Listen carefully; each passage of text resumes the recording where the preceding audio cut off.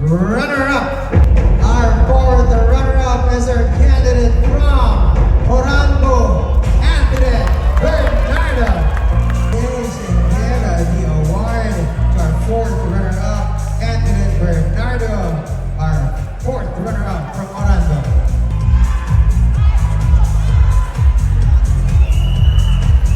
Not bad for a first pageant. Yes. For sure. Congratulations. Taking home with an award. Next up is our third runner-up. She will be presented with a whooping 75,000 pesos cash prize to be awarded by Dr. Joseph Gerald Sonko. Ladies and gentlemen, our third runner-up is Miss San Miguel Venezuela.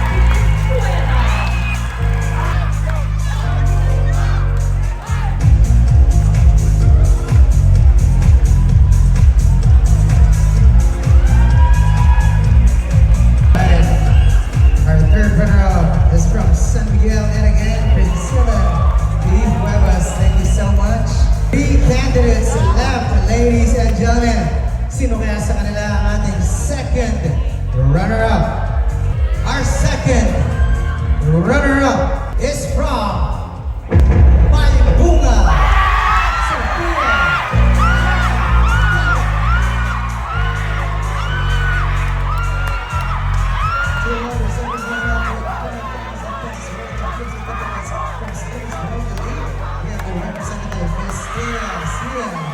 And to present 20,000 worth of wellness package from Health Spring Laboratory and Diagnostic Center. We have the representative Cheryl Aga. And to give her cash prize of 100,000 pesos, and we also have on stage, he is already on stage, Mr. Ian Benda. Wow! And now, it's time to know who will be crowned as Miss Universe Classic 2025. Excited ka na bang makilala ang ating Miss Universe Philippines Classic 2025? I'm very excited. To our last two candidates, could be on your moment to be right here Please step in the middle.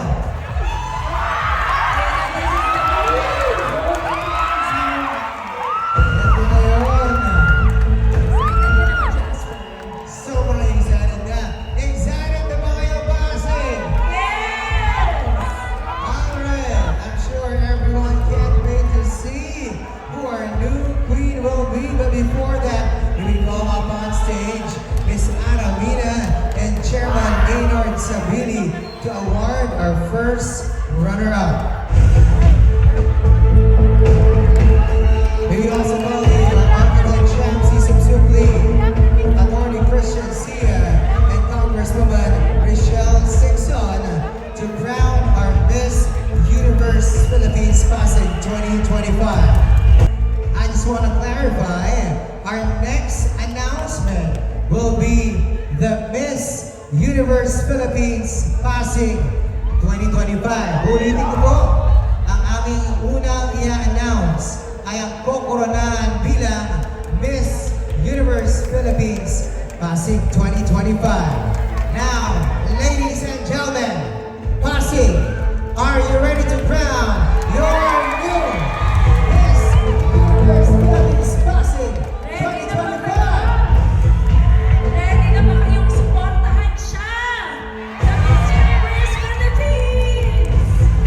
Alright, MJ, I am so ready. Let's do this. please do the honor.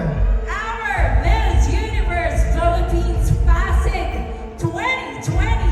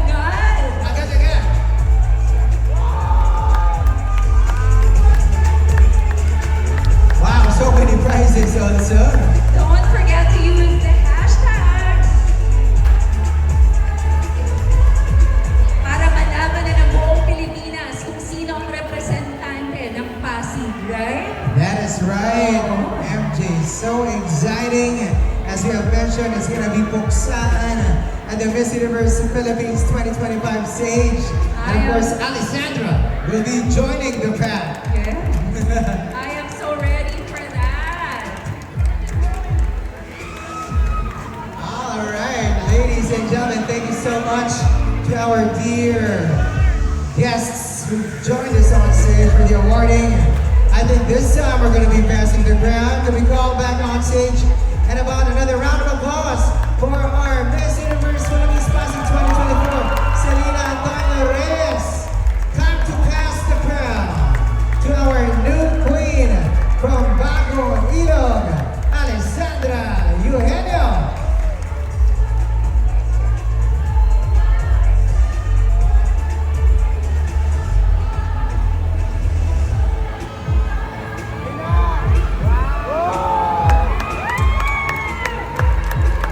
All right, amazing. Just making sure that the crown would hold as our new queen embraces the moment. Congratulations sa mga taga-Bagong Ilog! All right, one more photo with our beautiful Miss Universe Philippines Pasig 2024. Of course, our dear guests joining us on stage as well. Please smile together with our winner. And congratulations to all the ladies who completed the roster of the candidates tonight. Talaga namang ang hard work ninyo are not left unnoticed, di ba? True that. Be an inspiration to your friends, to your sisters, sa mga taong nanonood sa atin online, at sa lahat ng nandito live. Yan na nga po, we have already found our Miss Universe Philippines Pasig 2025. And now, for her first walk as Miss Universe Philippines Pasig 2025, please put your hands together for the beautiful and the stunning Alessandra Eugenio from Barangay Bagong